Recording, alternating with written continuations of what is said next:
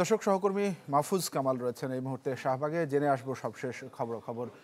মাহফুজ, ছাত্ররা এবং যারা বলছেন আসলে যে এই নিষিদ্ধ আওয়ামী লীগ নিষিদ্ধের বিষয়ে কোন প্রক্রিয়াতে আসলে তারা করতে চাইছেন, এরকম কোনো সমাধানের কথা তারা বলছেন কিনা?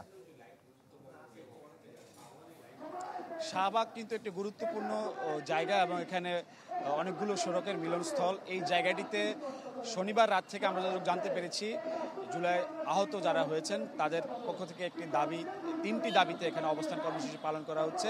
এর প্রেক্ষিতে কিন্তু আশপাশে এখানে অনেক হাসপাতাল রয়েছে এবং অফিস আদালত থেকে সবকিছু এই শাহবাগ কেন্দ্রিক, তাই অনেকে ভোগান্তিতে পড়তে হচ্ছে যান চলাচল বন্ধ থাকার কারণে। আর কর্মসূচির বিষয়ে যদি একটু বলতে হয়, সেটি হচ্ছে আহত জুলাই যোদ্ধাদের অবস্থান কর্মসূচি। তারা তিনটি দাবিতে এখানে অবস্থান কর্মসূচি পালন করছে গতকাল রাত থেকে। সেই তিনটি দাবির মধ্যে অন্যতম হলো আওয়ামী লীগকে দল হিসেবে স্থায়ীভাবে নিষিদ্ধ করতে হবে, এবং তারা আরও একটি দাবি করছেন, সেটি হচ্ছে যে জুলাইয়ের সনদ ঘোষণা করা অতি দ্রুত এবং অভ্যুত্থানে আহত ব্যক্তিদের সুচিকিৎসা নিশ্চিত করা। মূলত এই তিনটি দাবিতেই তাদের এই অবস্থান।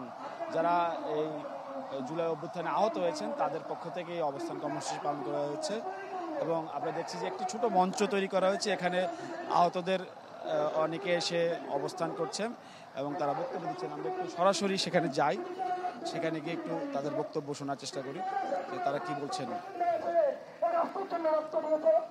এবং তারা যে বিষয়টি বারবার তুলে ধরছেন সেটি হচ্ছে যে এই জুলাই অভ্যুত্থানে যারা আহত হয়েছেন তাদের সুচিকিৎসা। আজকে আপনার তিনটি দাবির মধ্যে মূল দাবিটা কি? আমাদের মূল দাবি হচ্ছে অতি দ্রুত জুলাই ঘোষণাপত্র দিতে হবে।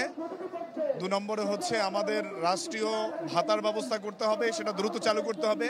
আর 3 নম্বরে হচ্ছে আমাদের প্রত্যেকের যোগ্যতা অনুযায়ী, যেটা বলেছি আমরা পুনর্বাসন, সেই পুনর্বাসনটা হবে আমাদের প্রত্যেকের যোগ্যতা অনুযায়ী একটি করে সরকারি চাকরির ব্যবস্থা করতে হবে।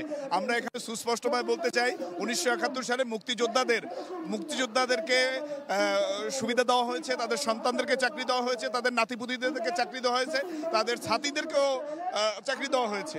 বাট আমরা চাচ্ছি শুধু আমাদের একজনকে দিতে হবে। কতদিন ধরে এখানে আন্দোলন? যতদিন না পর্যন্ত আমাদের দাবি আদায় না হচ্ছে ততদিন পর্যন্ত আমরা এখানে অবস্থান করব। ধন্যবাদ আপনাকে।